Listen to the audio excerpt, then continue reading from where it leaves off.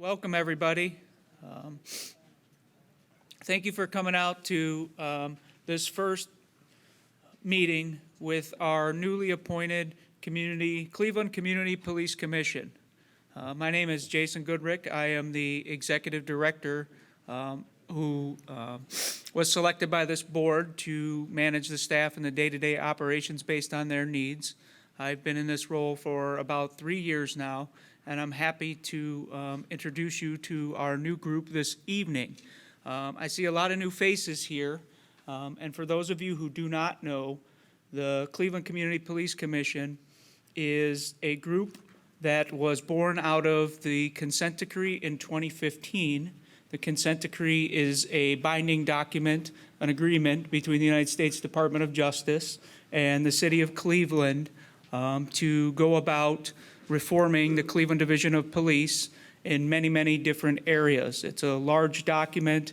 It has about 350 paragraphs, each one of those with something prescriptive that the Cleveland Division of Police needs to do over a set period of time, this being the 5th year.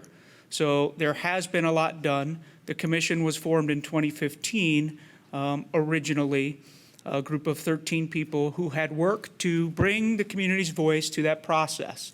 So for each policy that was created over the last 5 years, the commissioners have gone out and asked the community, what would you like to see from your police department? How would you like to see the division work harder in areas such as bias-free, use of force, other things, police accountability, police discipline? All of those areas the community has input into the new written policies and procedures for the Cleveland Division of Police that have been created since 2015. And this, again, is the board who helps facilitate that process and advocates for the community's voice. This board was seated in November. They are going to have public meetings on a set quarterly schedule, about 4 a year, where anyone in the public can come forward and discuss their concerns about the police, talk to them, engage with them. In addition to that, they also have topic-specific meetings throughout the year, things related to, for instance, community policing, vehicle pursuits. Those are some of the things you may see pop up in between those quarterly meetings where we have a specific topic that we come to talk about. So real quickly, before we move into commissioner introductions, I want to take a moment to introduce my staff. And then I'm going to let people in the community who are here this evening, if they're part of a group and would like to be recognized, very quickly just introduce yourselves. Not everyone has to do that. It's just there are times where there are larger groups who like to be recognized. And so we go through that process typically at each meeting. So first, can my staff just kind of raise their hands up here? This is our staff for the Community Police Commission. They are here to support this group as well. We have a policy analyst, Mr. Ryan Walker, our assistant administrators in the back, Ms. Janita Thomas, and our community engagement coordinator, Shalena Williams. And Sarah, where's Sarah? Sarah must be out for a moment, but we also have a marketing and communications person who helps put out our publications and flyers. Sarah, who, if she comes back, she can introduce herself a little bit later. But without further ado, the real reason you're here tonight is to meet the new commissioners and find out why they are here, why they've chosen to serve the community, and what they would like to get out of this experience. So I'm sorry, community introductions. I did mention we would do that. Skipping ahead a little bit. Is there anyone here who would like to identify themselves, or if they're part of a group, just let the commissioners know who you are? Secretary of the 4th District Police and Community District Committee. Giovanni Santiago. I'm with Equality Ohio. I'm the Northeast Ohio organizer. Claire Vanasek, League of Women Voters, Greater Cleveland. Brittany Bickerstaff, Craig Bickerstaff, System Still About Police in 2002. Dave Lima, CERN, Showing Up for Racial Justice. Shayla Davis, Office of Professional Standards. Our office investigates police misconduct, jurisdiction of City of Cleveland and City of Cleveland Police Department employees. Good evening. My name is Charles C. I'm a member of the Cleveland Police Monitoring Team. Welcome this evening. Hi, I'm Gabriella Celeste. I'm here with the Schubert Center for Child Studies, and I'm mostly here because I'm concerned about young people's interactions with law enforcement.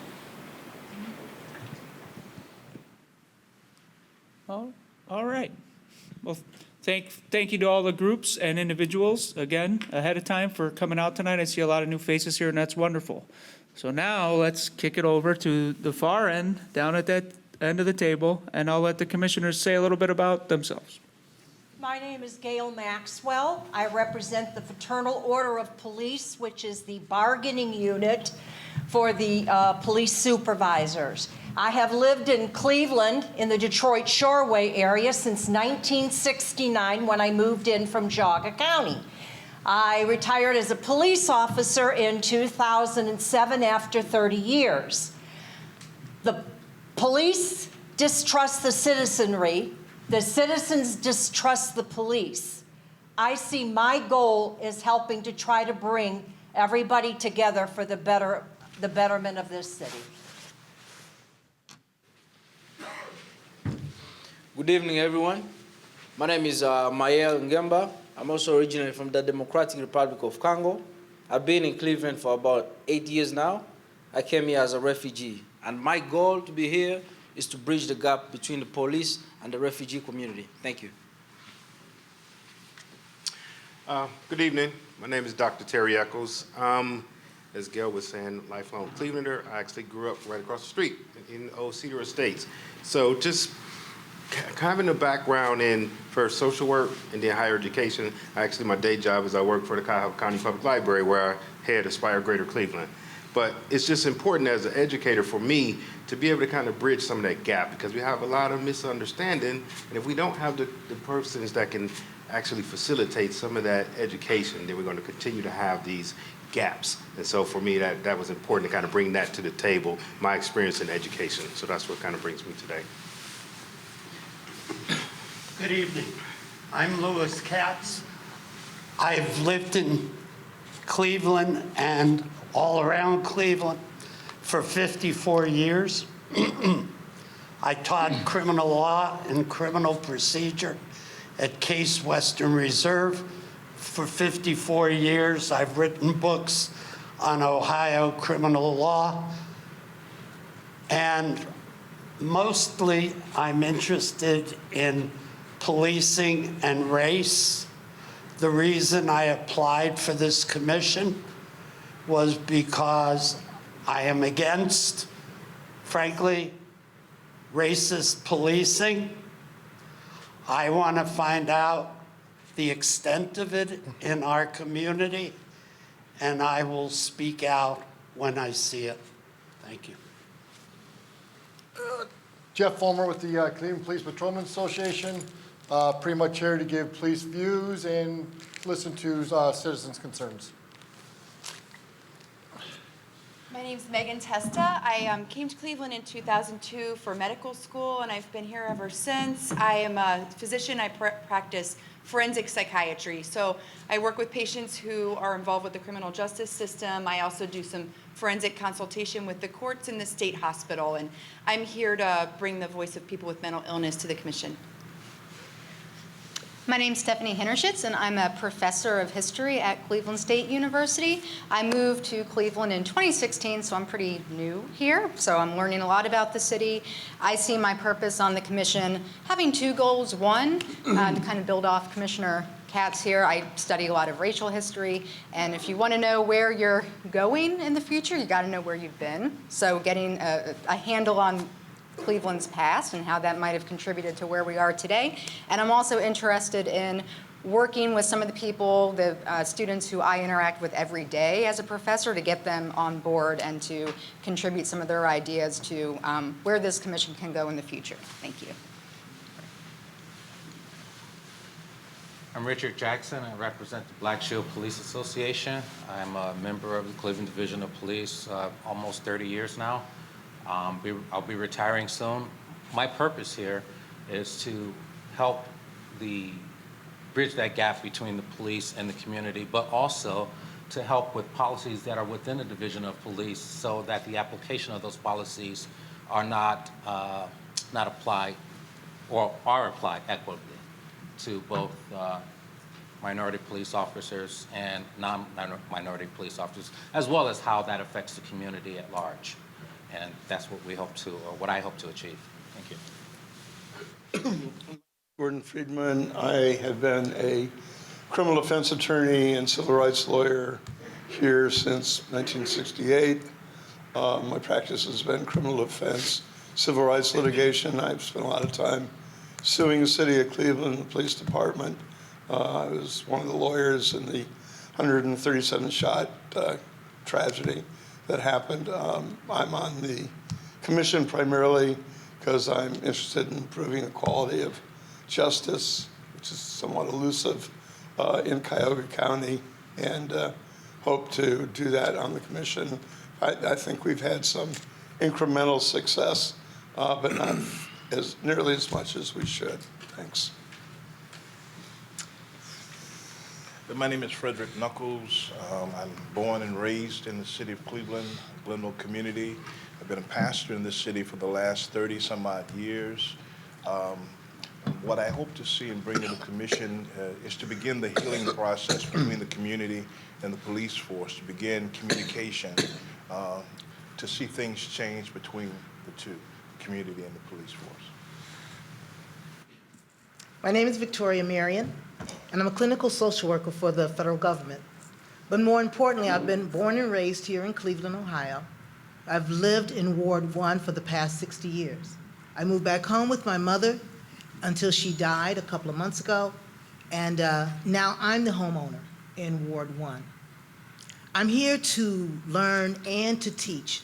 I don't have children, but I have nephews, and I have great nephews. I have one that's in the military, and I want him to come back from the military safe, and I want him to be able to live here in the city of Cleveland safe also. Good evening. My name is Latoya Logan. I'm a returning commissioner. I'm excited to be here. I believe that our primary role is to uplift the voices of the community. And when I say community, that includes police officers, whether they live within the city limits or not, because they serve the citizens, they are part of the community. My primary focus has always been accountability, because no matter what we do, if we don't have effective accountability built into every measure of this reform process, it will be meaningless. So that means accountability for all, accountability for the officers, accountability for the administrators, accountability for the citizens, and accountability for the city. We all have a responsibility in this reform process, and I just want to be part of the solution.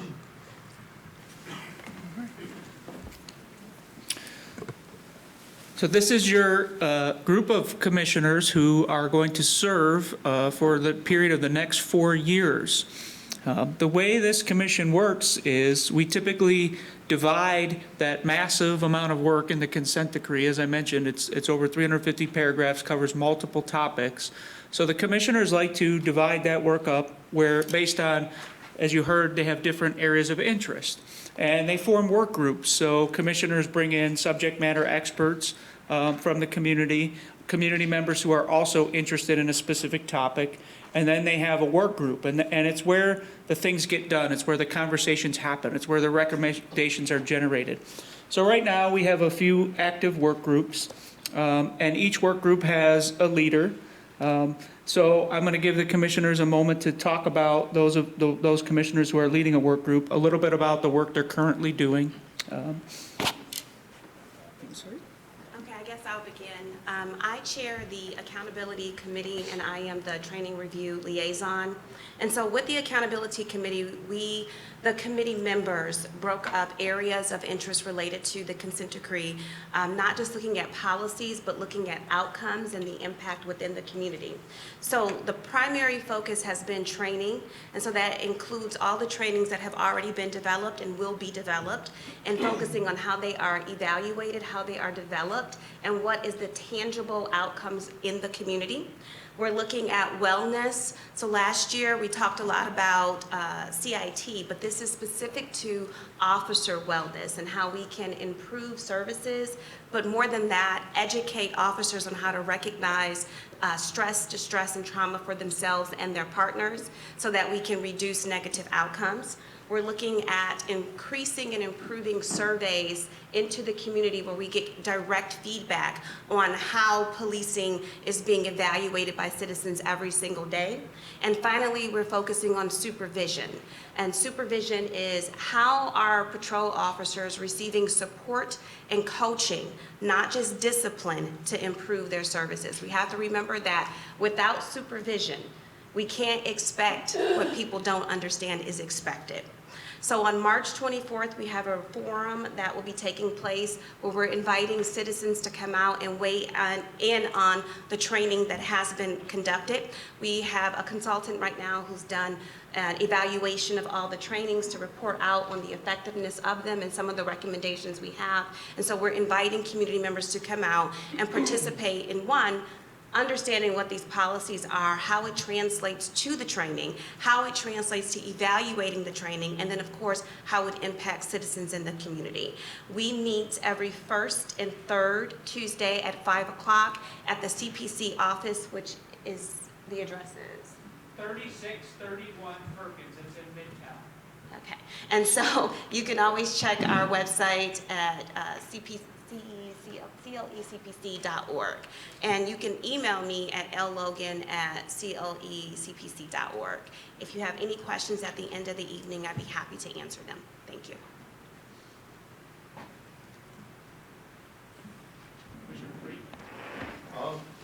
My name is, again, Gordon Friedman. I am the chairman of the Search and Seizure Workgroup. We engaged with the city, maybe confronted with the city over their GPOs relating to search and seizure, stop and frisk, etc. We had 2 to 3 very productive meetings with the city in which we went back and forth on their policy and what we recommended. Commissioner Jefferson and Jackson, sorry about that, and Professor Katz and Gail Maxwell were all part of the group. And at the present time, we are engaged in discussing the city's pursuit policy in terms of high-speed chases, et cetera, which have sadly come to the fro recently. And we're examining the city's pursuit policies, comparing them with other cities, as well as the International Association of Chiefs of Police and their recommendations, and even trying to decide whether or not pursuits are necessary. So that's our immediate challenge. We are meeting on February 28th, Friday at 2 o'clock at the commissions or the office on Perkins. And just want to add too that through the work of the Search and Seizure Committee last year, prior to the selection of the new commissioners, they had made an agreement that sometime in this year there will be 2 new policies that were not in the consent decree coming to the for the public feedback. So they weren't mandated, but they were because of the CPC's work. They were brought forward as something that's important to the community, and those policies are the engagement with youth policy. So that will be something that Search and Seizure will also be leading, probably sometime in the spring or summer when the city releases that policy. And that's just a guesstimate, it's not a commitment because there's a lot of moving parts there. But so far we've been told it's this year. And then also the gender equality policy, which is also something that came out of the Search and Seizure discussions that will come out to the community for discussion about how the division specifically addresses both its interactions with the youth in the city of Cleveland, as well as people who identify with different genders than non-traditional. So those were two issues that were the CPC champion, and because of their work, we will be seeing policies coming out for review by the community. Sergeant Jackson. I'm next. Okay. I'm Richard Jackson. I chair the Discipline Matrix Committee. The Discipline Matrix Committee is a subcommittee under the heading of accountability. One of the things that you'll find in the consent decree is that it continuously repeats this phrase, fair and consistent. It's the one thing that is supposed to be used within discipline, within the Division of Police, but yet if you poll any police officer, speak with any police officer, you'll find that that's the one thing that you do not believe, well, they do not believe that they're receiving a lot of fair and consistent discipline. So within the Discipline Matrix Committee, what we're attempting to do is to revise the process and maybe even revise the substance of that general police order to try and get to what should be a fair and consistent outcome for all levels of discipline, group 1s, 2s, and 3s. Right now, there's a very wide range, and two people can do the same thing. One person can get suspended for 5 days, the next person 1 day for the exact same thing, and no one understands why. So until we can get to that, that in and of itself brings about problems within the application of the consent decree. That group meets every Monday at the CPC office at 6 p.m. from 6 to 8 every Monday, coming this Monday as well. And we'll probably be meeting for another 4 to 6 weeks, maybe. And hopefully from there we'll have a product that's fair and consistent. Now, with that in mind, currently I also chair the CPOP committee. CPOP stands for Community Problem Oriented Policing. It is one of the hallmarks of the consent decree. I chair that committee because it requires the officers to actually go out into the communities and spend at least 20% of their patrol time with community members to find out exactly what's going on with them personally, directly, or within that geographic area, and actually come out with a plan with the community members to figure out how to fix it. Problem is that with the discipline the way it is, the officers are not willing to do it. No one really wants to take that chance because of the discipline not being fair and consistent. That's what we're hoping to fix. Two things with this to fix so that the consent decree can continue on. And what we're really hoping to do is that the consent decree actually continues on after the DOJ leaves. This is what we want. We want this to be something permanent. So, with that in mind, the CPOP group currently will not be meeting until mid-August.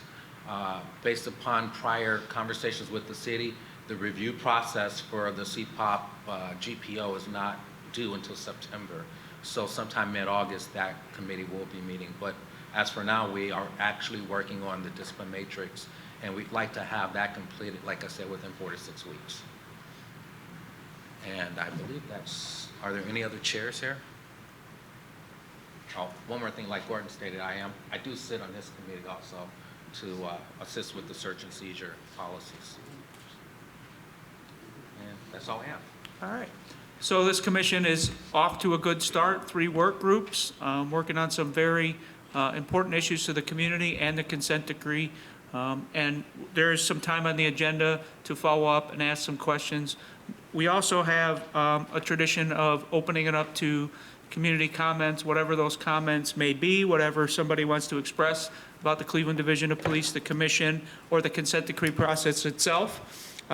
Typically, the way that works is we have our community engagement coordinator will come around with the microphone if you raise your hands if you want to make a comment for the commission.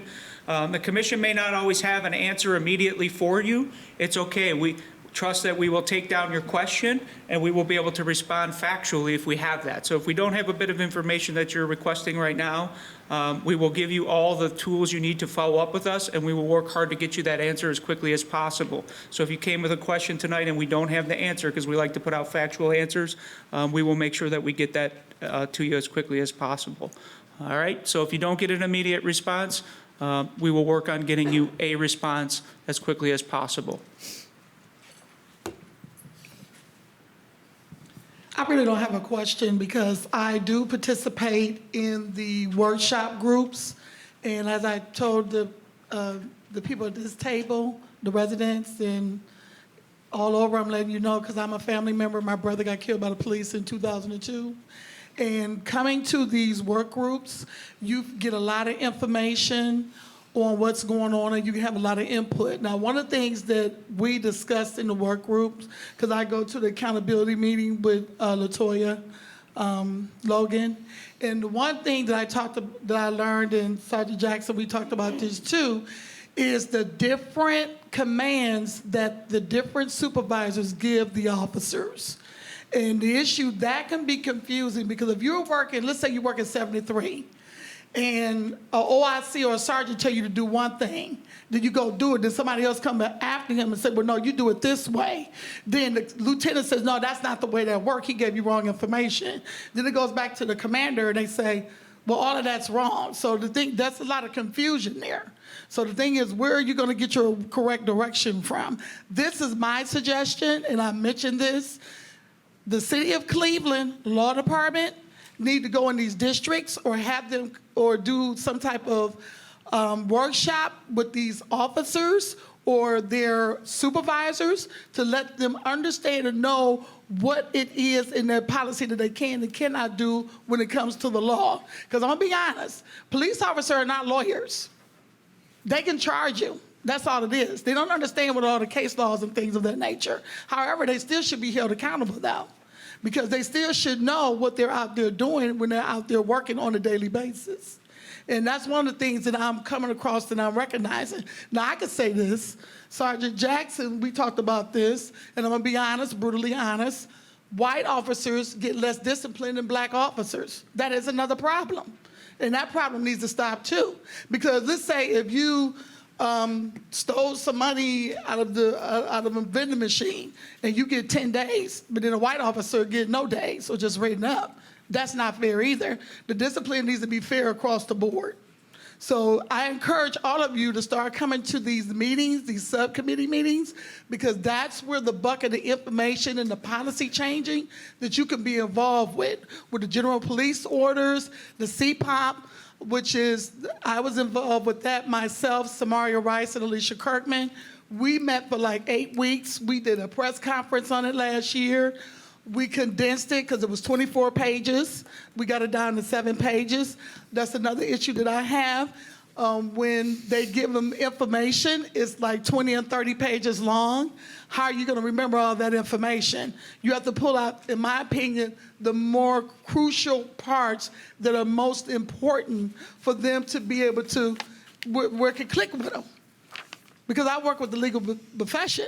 And how you gonna remember all that stuff when you're like in a high-speed chase, which you know we just had a high-speed chase, unfortunately, when a young girl got killed. Now, and I noticed this for the last week, I've been watching the state patrol chases. Now, I haven't seen Cleveland's broadcasted that way. I noticed that the state patrol chases, the sergeant at all time is talking to the person that's chasing. Like this one state patrol officer was chasing this guy. He said, what's the traffic? He said, moderate. He said, what's your speed? He said, 98. And the guy switched, he said, well, I can't go because the guy done switched over to like 4 lanes. He said, I can't go behind him. But then another trooper that was closer was able to go behind him. But then the sergeant stopped the chase because the person that was chasing was throwing the suitcases out the window. So he told him, he said, stop, shut it down. We need to get more of that feedback with one another when the officers and their supervisors need to have feedback like that. That's my opinion.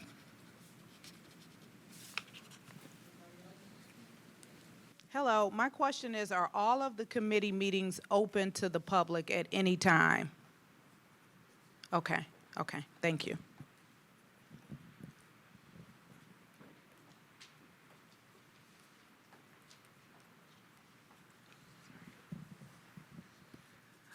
So my question is, coming from those who identify in the LGBTQ community, and I know working on documents for that, how important is that going to be for the work that you're doing in Cleveland? Because Cleveland itself is the second highest rate for Black trans women to be murdered, and that's the situation. And just because you don't identify within the LGBTQ plus community or maybe feel like it's necessary, it's a very, very, very serious situation. And that's not what Cleveland should be known for, but that is something that is being talked about a lot in the community right now. And so with working with the community and being in the community all the time and dealing with that and having these conversations, how is that going to factor into the work that you're doing? Because we can do all of the writing for the policies, but if nobody is actually implementing those policies, then what is it worth? And that's what the community would like to see, you know, the LGBTQ plus community and the Black community and people who are in that bucket together.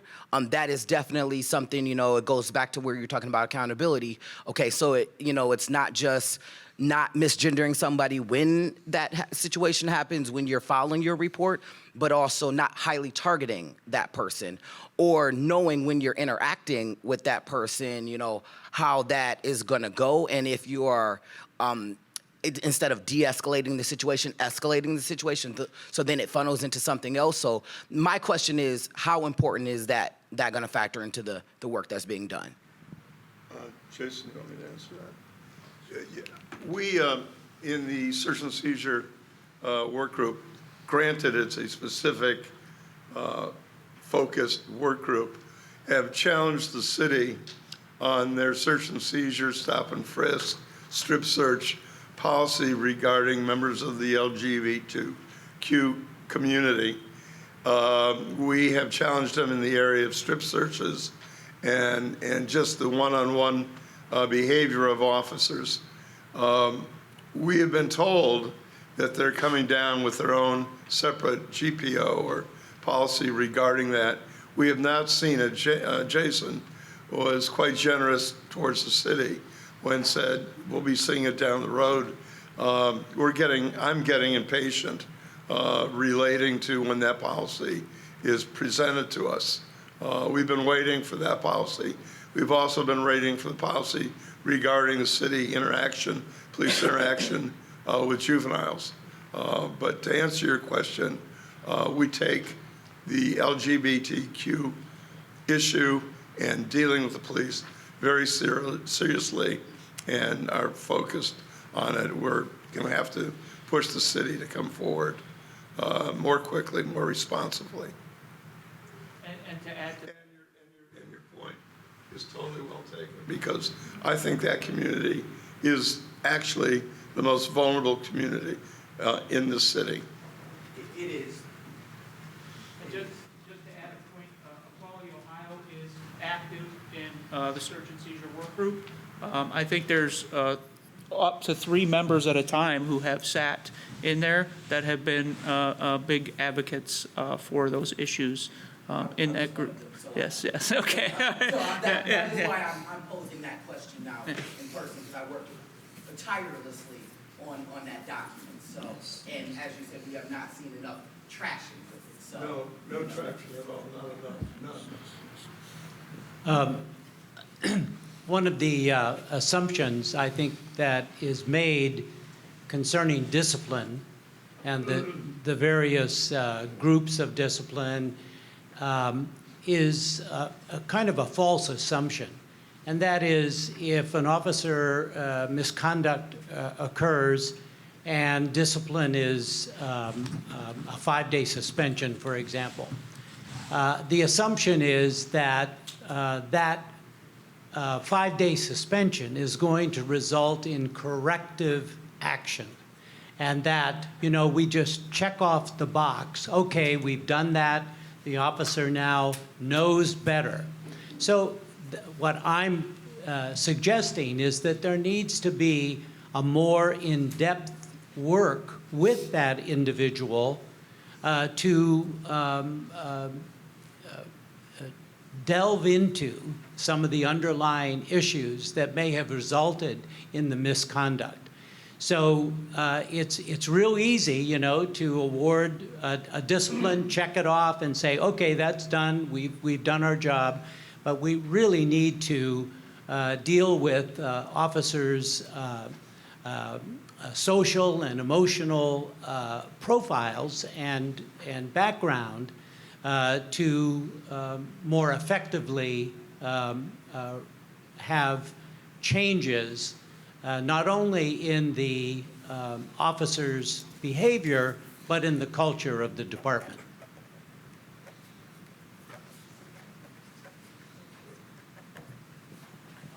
So if I can respond to that real quickly. You are absolutely right. That's actually one of the things we speak about in the Discipline Matrix Committee. The whole issue of discipline is to correct a bad behavior. That's the whole purpose of discipline. And collectively, we're not seeing it. So what we're trying to do, actually, and Dr. Hendershot's work, she's on the committee with us also, we have some human resource professionals in there, labor relations attorneys,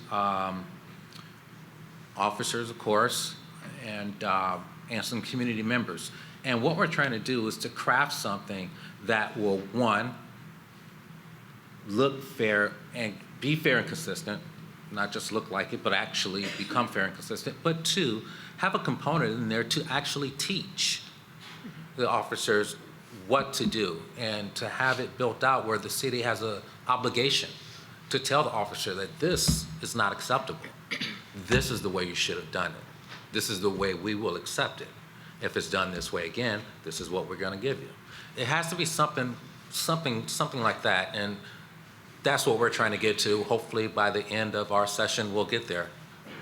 And if I could kind of Please. build off on that. So one of the other things that's really good about the work groups is in this one, like you said, we have all kinds of professionals, all kinds of HR professionals from all different professions. And so I think we're learning a lot about how are things done efficiently, successfully in other areas, whether it's corporate or higher education. And so we're all kind of coming together and thinking about if this isn't working, what can we learn from this sector? And so it kind of put a plug in for the work groups, because I know being on this one, it does work. Like Yes. having people from a wide swath of the community, it really does work. So I'm hoping as well that, not hoping, I know that by the end, when we're done with this, we're going to have a much better understanding of how you actually make those changes by listening to how other people do them in other areas.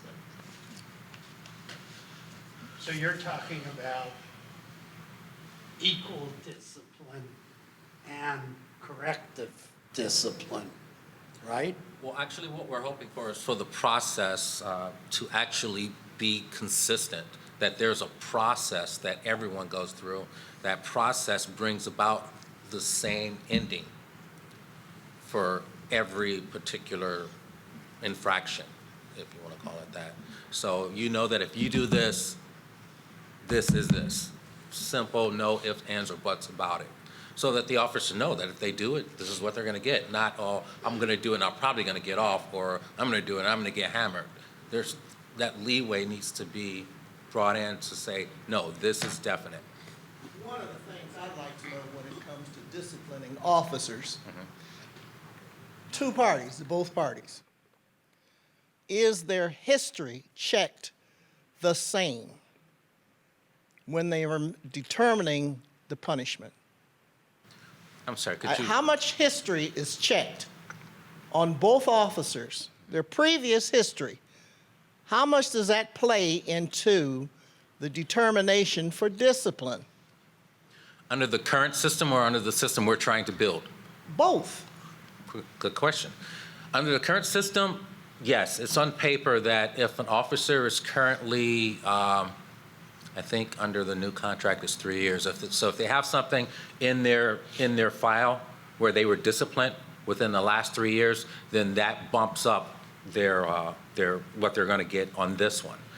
Under the new one that we're trying to put together, it's basically going to have a similarity to that because it's a contractual issue that if they have something in their file that this will do this will bump this into this category.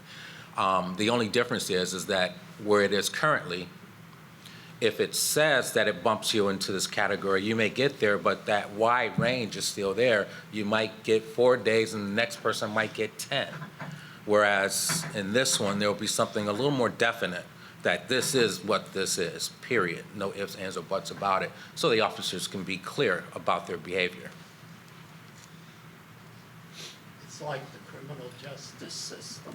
Well, it's Exactly. like the sentencing guidelines, actually, which is not a Should be great, So- which is not a great 7 to 9 thing. years, yeah. Yeah, right. So one of the things that I'm Touche. thinking this bumps up against is the chief's discretion to administer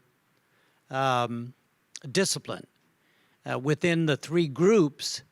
For example, the Civilian Police Review Board might recommend that a particular misconduct should fall within Group 1.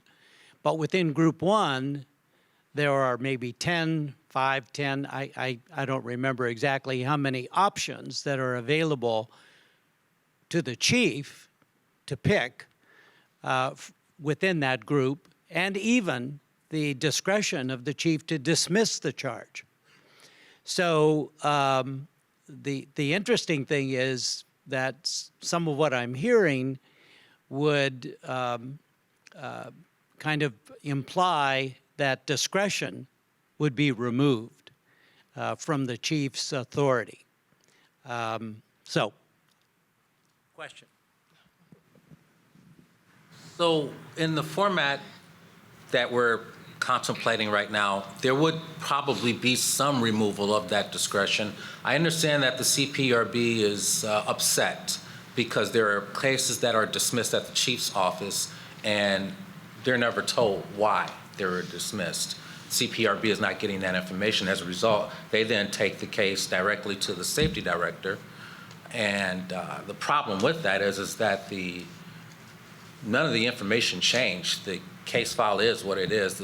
There's no difference in the evidence. So when it gets to the safety director's office, more than likely it's the same outcome that the chief had.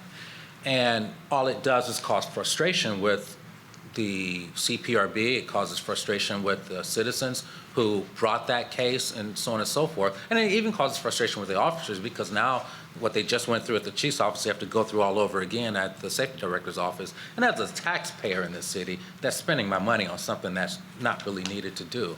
So what we're hoping to do is if we can get a more fair and equitable hearing or get the system, the process set up at the chief's office so that the chief knows that these are like he said, the sentencing guidelines, if you'd like to call it that.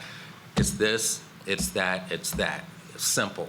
And it sort of would help out the chief because he'd have, little work to do. He doesn't have to go through, should I give him 5 days or should I give him 3 days for this? No, it's right there. Just boom, sign off on the 1 day or 3 days or whatever it is, and everybody moves on. Hopefully, it should bring about more cases that when OPS finishes their investigation and it gets a CPRB, and they truly believe that this person needs to be disciplined, that person actually does get disciplined and it's not just being dismissed. So to kind of piggyback off of what individuals over there were saying, so the documents are being reviewed whenever they're being disciplined, that if I'm hearing you correctly. So my question with that is, if it is an infraction and it bumps them up the next time, okay. Now, what if it's the same infraction? What if, the same complaint has come? Is it different if there's a track record of this behavior? Or is it just, okay, you've done something different this time and now we're taking you up the bracket? So if, somebody's coming in and you've been harassing individuals and so somebody complained and now you're getting disciplined for that. And then the next case was, you stole the money out of the vending machine. Okay, so you're bumped up a bracket. But then the third one is, you were harassing individuals again. Are they looking at the track record of the behavior, or they're just saying, well, you did something and you need to be disciplined? Because I think that is also a part of the problem. If you're just being disciplined and you're not looking at the track record of your behavior, then once again, what is the purpose of that? Because then you're just going to continue to do whatever it is that you're doing because, I'm just going up the next bracket and getting a couple extra days, So actually, it's really good point. That actually goes back to what Dave was talking about as the teaching component, to say, hey, look, why is this behavior happening? What do we need to do to correct that behavior? That should be done on the front end. Now, to answer your question directly, the current general police order is set up by Group 1, Group 2, and Group 3 offenses. A Group 1 offense, I believe, in the general police order has maybe 27 different items within that one Group 1 offense. Any one of those committed twice will get you to a Group 2. And so it may be the same thing, it may not be the same thing, but the issue that they're looking at is Group 1, Group 2, or Group 3. Not so much the actual infraction, as you were stating, which they should be looking at the infraction. Richard, who imposes the penalty The chief. initially? The chief. Oh, I thought somebody imposes it and then it goes to him. No, there's a hearing at the deputy chief's level, and I then see. they make a recommendation to the chief, and the chief then imposes whatever penalty it'll be. And Richard, that's only up to, just to make sure we stay factual, up to a certain amount of days, correct? The Right. chief only has authority until X. By city And then it charter. has to go to the safety director. Right, the city charter only gives the chief the permission, the authority to go up to 10 days from a letter of instruction up until 10-day suspension. Anything over 10 days, the safety director has to impose. My question arose because the Civilian Review Board determinations go to the chief as well, don't they? Yes, so they make a recommendation if they believe that there's, if they sustain a charge, they then make that recommendation to the chief's office. It'll go for a hearing in front of a deputy chief, and then they will make a recommendation to the chief if they believe that there's cause to sustain or no cause to sustain, to dismiss, or anything in between. Okay, going to this gentleman right here that was talking over here, a couple of things too. They only keep their disciplinary issues and problems in their records for so long. They don't keep them in there forever. So let's say somebody stole something today and it stays in this record. They have 3 years or 5 years. Well, let's say 5 years later, they do something else and they lie on somebody or lie on a report. That prior incident is gone. Am I correct? Thank And you. this is not used. They don't keep it in their record. Now, going back to what you were saying, sir, about the LBGQ, about the information that you were trying to get for it, I would ask the commission to do this, because we know how the city is, and I can say it, because I don't work for the city. If you could let us know that you've asked for some documents or some information and they're not giving it to you, we'll start doing the right letter campaign and put them on blast on Facebook. Seriously, I'm serious, because I'm letting you know the city is slow moving in getting them information. So if you could do that and let us know, we'll take it from there.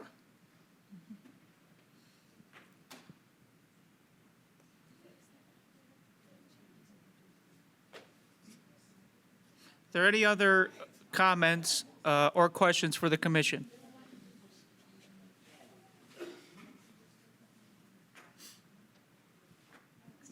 I just have a question about process.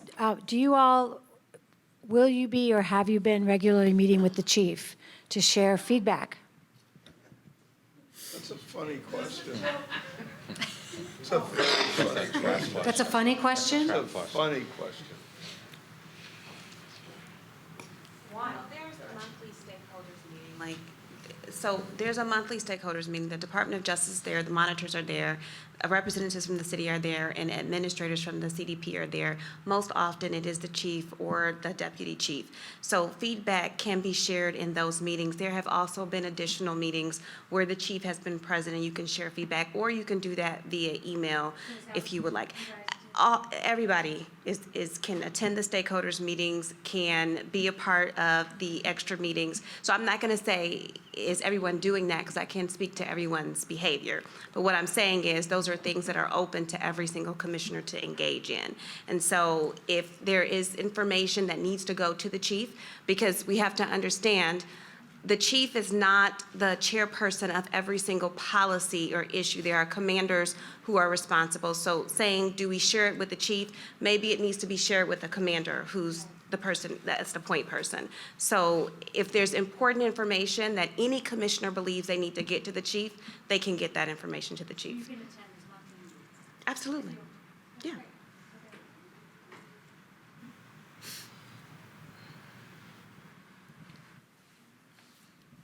Yeah, and Commissioner Logan, just for a point of clarification, when you say everyone can attend those meetings, you mean all of the commissioners? Yes, ma'am. Commissioners attend.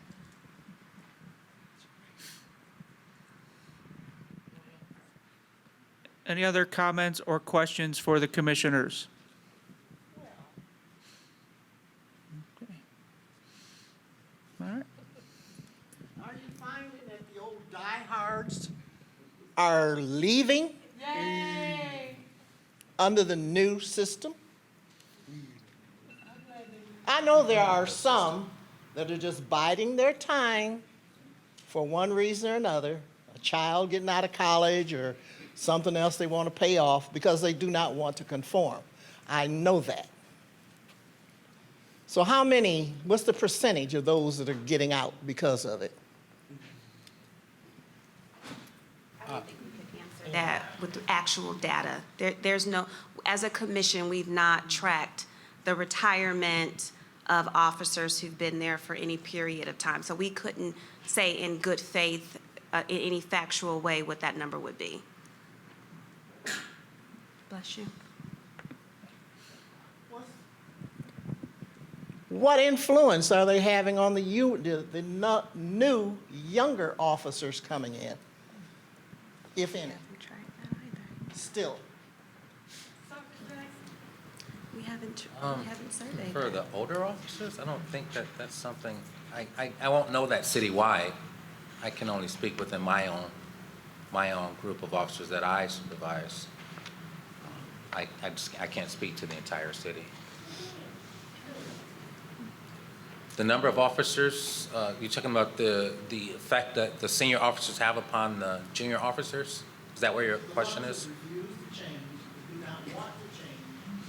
What influence are they having over the younger ones who are coming in now? Okay, I can't say the premise of that question as far as the ones who refuse to change. I can only just talk about the officers that I see under my command, and the officers I see under my command. Senior officers will always have some influence upon the junior officers. They look upon them to ask questions and get their feedback on issues that they've come across that they know the senior officers have, and they want to figure out how to handle something. And as far as a factual answer to your question, that's probably as far as I could go with that, because I can't say that this particular officer influenced this particular officer directly as to why that person act that way. I don't have that data. Well, like you, I'm only interested in the 4th District and getting those officers improved, and the public. Because I think the residents have a heck of a lot to do with this too. I would agree. I agree. Okay. I am sure. I do, because I get angry about a lot of things. I'm born and raised in Cleveland, okay? I've seen the bad, been through the bad. I'm seeing the good. I've read the commission report and the OJ that I sat some time to read all of it, okay? I don't agree with all of it, no. But it is, I am passionate about it. I personally, for over 30 years or more, have had a very good relationship with the police department. Although I know that there's prejudice and harassment, there's also a lot of it on the resume. So even though we need to address the police department, we need to do something about the residents also. Because without both, you're not ever going to have a positive change. Plain and simple. Now that's just my first thing. My question concerns, do you have any idea roughly, how many members of the Cleveland Police Department retire each year? How many come on? How many new hires? And also, what percentage of the force is trained in CIT, at this crisis intervention training? That's a very good question. We can actually go look up those statistics for you, and we can get back to you with what those numbers are. I just don't have them here, what the current numbers are.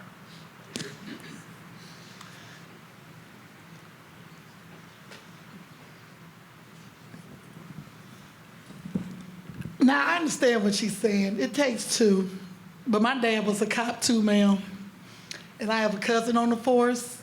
And I'm going to keep it real. I'm very disappointed in the Cleveland police. Now, is it getting better? A little bit. But it needs to get much better. 4th District, they got big problems in the 4th District. Are they getting better? They're trying to. But I've experienced with my clients, because I'm a private investigator, I'm somebody the police don't like to see because I investigate them. And there's a lot of issues going on in that 4th District.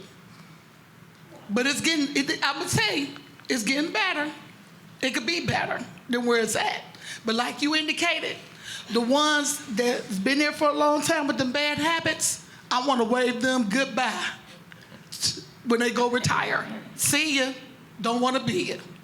Leave. That's what needs to happen.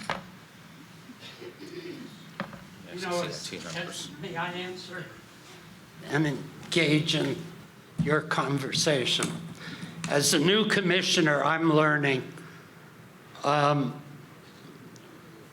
we're not involved in the everyday policing that goes on in the city, which has been a disappointment to me. What we're involved in is through issues and the creation of committees to deal with those issues which were raised in the consent decree. However, I think we can be more active if members of the community come forward to us with complaints about how policing is done in their district. I'm not quite sure at what point and how we would react that way, and the other 12 may wish I wasn't sitting here now, but that's the problem, and that's the issue that I'm interested in as well. Well, I don't know how we're going to get the residents to speak up because, you know, unfortunately and fortunately, where I live, I'm the one everybody calls because they know I work with the police department. They know I go to meetings. It angers me because they're not interested enough in helping themselves. And they're not interested in learning about the police and what they can do to make things better. And I'm going on my experience as a child. I've experienced racial prejudice and a couple of bad police incidents, black and white officers. But I can't help but feel as though we've lost a lot of positive parenting. They're not educating our students in the schools not to sustain themselves and have a decent living. So we've got a lot of issues. Our county department, other agencies, they're not positive. They're not out here actually helping to solve the situation. And I can understand, they got a job. And I can understand they've got pressures and deadlines to meet. That isn't helping the situation. You know, I haven't been coming to these meetings because I go to the safety meeting, the 4th district of every month. I refuse to miss it. And I did call and check and say, okay, well, do you have them any other time? But unfortunately, I've gotten involved in other community issues, so I don't feel like going across town. I live in Mount Pleasant. But I wanted to meet the new commissioners tonight. That's why I'm here, okay? Thank you. So I don't know. I mean, that's about the best I can say what I feel. You're welcome. Any other comments or questions for the commission? Yeah. Yeah, I would just say one thing, one additional thing. What we're experiencing here this evening is exactly why the Police Commission exists and why it should continue to exist post-consent decree. This should be an integral part of the Cleveland community going forward. And the kind of interaction that we're having this evening is indicative of that. And I'm hoping that not only will this commission continue to do the necessary work outlined in the consent decree, but will continue to do the work following the consent decree.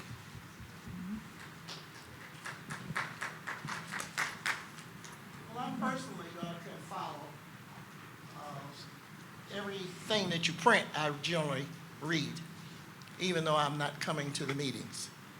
So I still try to keep up with what's going on, okay?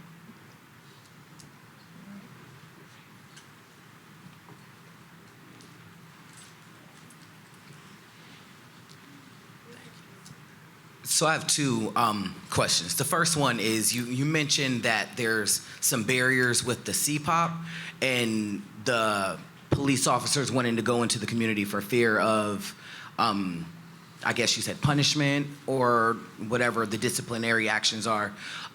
Is there a way that you guys are working to rectify that barrier and why that is? Because I mean, I agree with what she's saying, you know, obviously it takes two. And so if the police officers are uncomfortable with going into the communities and having these conversations and wanting to do that work, why?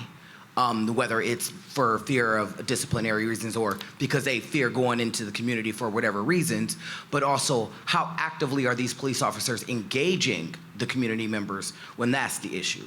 The second question I have is there any data that has been done with the percentage of people who are having issues with the police department that live in the city of Cleveland or that are visiting the city of Cleveland, whether it's for work or just there for sporting events?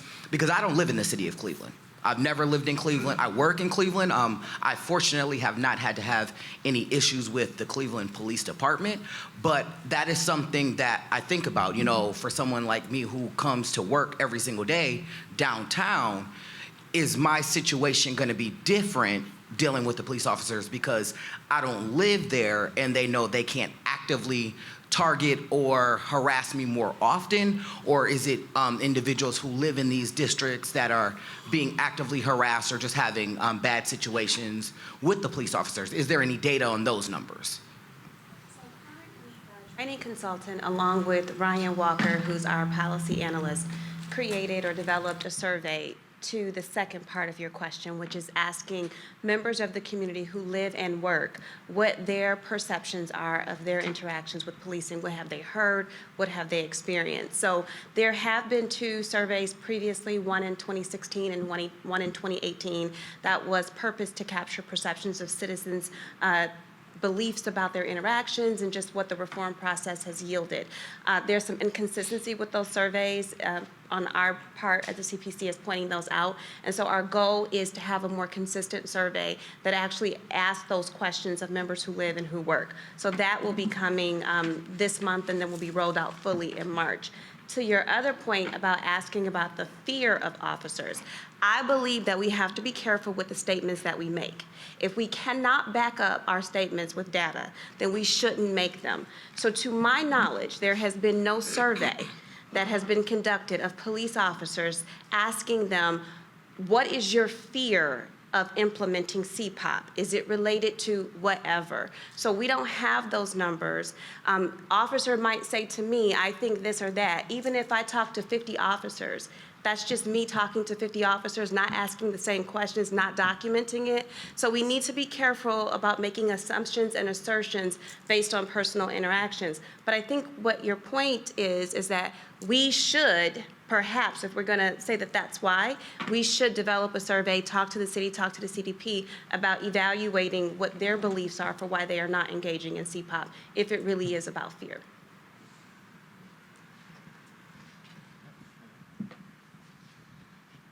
Any other final comments or questions? All right. Then we are going to close this portion of the agenda. I do have one thing that to circle back on, and someone had asked the question, have all officers receive CIT training? This is a point that I can say that all active officers did receive the initial CIT training. Okay, they still, I cannot confirm how many officers have the more advanced 40-hour CIT training, but I believe, and Charles, you can, monitoring team members can correct me, I believe it was an initial 8-hour contact for CIT, and all officers had completed that at some point by last year, I believe. So we're almost to possibly a year for the first round of CIT, but that's the basic CIT.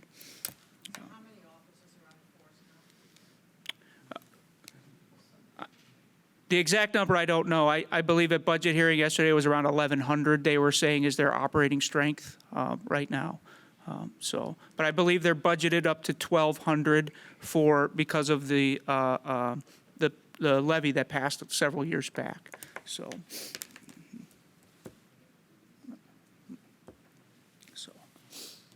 Jeff, does that sound about right, Richard? Yeah. Does that number sound about right? We're at around 1,000 or a little heavier than that? Yeah, okay. All right. So, any other questions? I just wanted to circle back and answer what we could answer right now.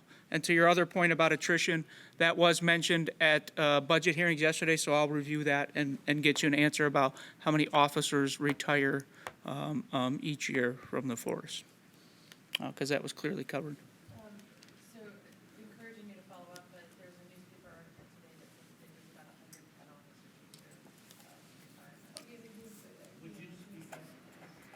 I was just mentioning that there's a newspaper story today where the Cleveland Division of Police indicated that they lose about 110 officers a year for retirement. So. All right. So we're going to move on in the agenda then to the one order of business that the commission has formally this evening, and that is selection of their co-chairs. Co-chairs are elected by their peers on the commission. The role of the co-chairs is kind of be the front and center spokesperson for the work of the commission, and then also help coordinate things, meetings and work groups, et cetera. So you're welcome to stick around and participate in that. We do have it, or observe that, and then at the end, we do have time for you to mingle and ask questions of the commissioners, get to know them on a one-on-one basis. It shouldn't take too long to get through the election process here. So for commissioners, just a real quick process overview. I know we talked about this before, but I'll just do a reminder. The way that we agreed this would go forward in accordance with the bylaws is first order will be call for nominations. You can nominate yourself or one of your peer commissioners. The nomination has to be seconded. After we get through the nominations, each nominee will have some time to make their case to their peers why they believe that they should be a co-chair remembering that this term, it was agreed on, will be a shortened term, that we will go through September of this year to then have the natural election cycle line up with the appointment cycle of the commission. We'll have 2 ballots after we know who the nominees are. The first ballot, they're write-in ballots. Okay, you write in the name of the person you're voting for. The highest vote getter will be the first appointed co-chair. We'll do it one more time with that person who was already elected out. If we have more than 2 nominees, obviously, we'll go through the process a second time, confirming the second co-chair. Remember, there is no difference between being the first elected co-chair or the second elected co-chair. Okay, so at this time, I will open it up for calls for nominations.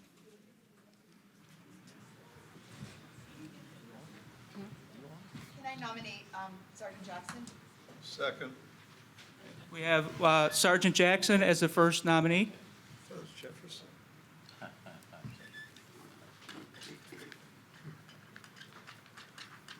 I nominate Reverend Knuckles, I'm sorry. Second. All right, we have a nomination for Reverend Knuckles.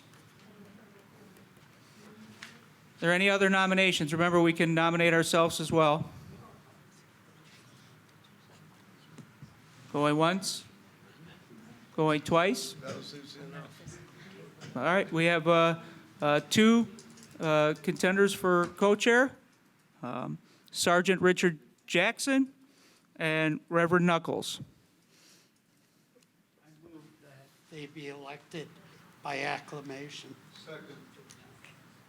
We have a motion on the floor to accept the 2 nominees as co-chairs, and which would bypass the formal voting process. We'll open that up for discussion.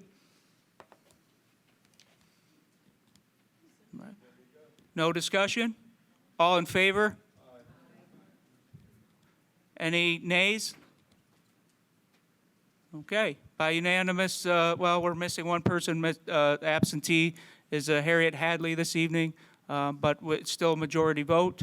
Congratulations to our new co-chairs, Reverend Knuckles and Sergeant Richard Jackson.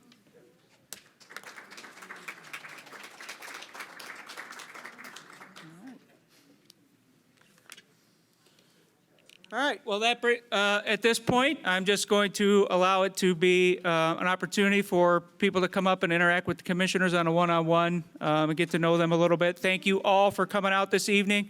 A couple of quick reminders before we end formally. March 24th, with location to be determined, will be the public forum on officer training. So at least save the date. It will be in the evening, probably similar to this time frame. That's March 24th. And then May 21st, again, save the date. That will be the next quarterly meeting. And then also look for our publications. Please be sure to follow us on Facebook and Twitter. On Twitter, our handle is CLECPC. That's CLECPC, where you'll get updates, including we are planning a public forum on vehicle pursuits. Thank you all again.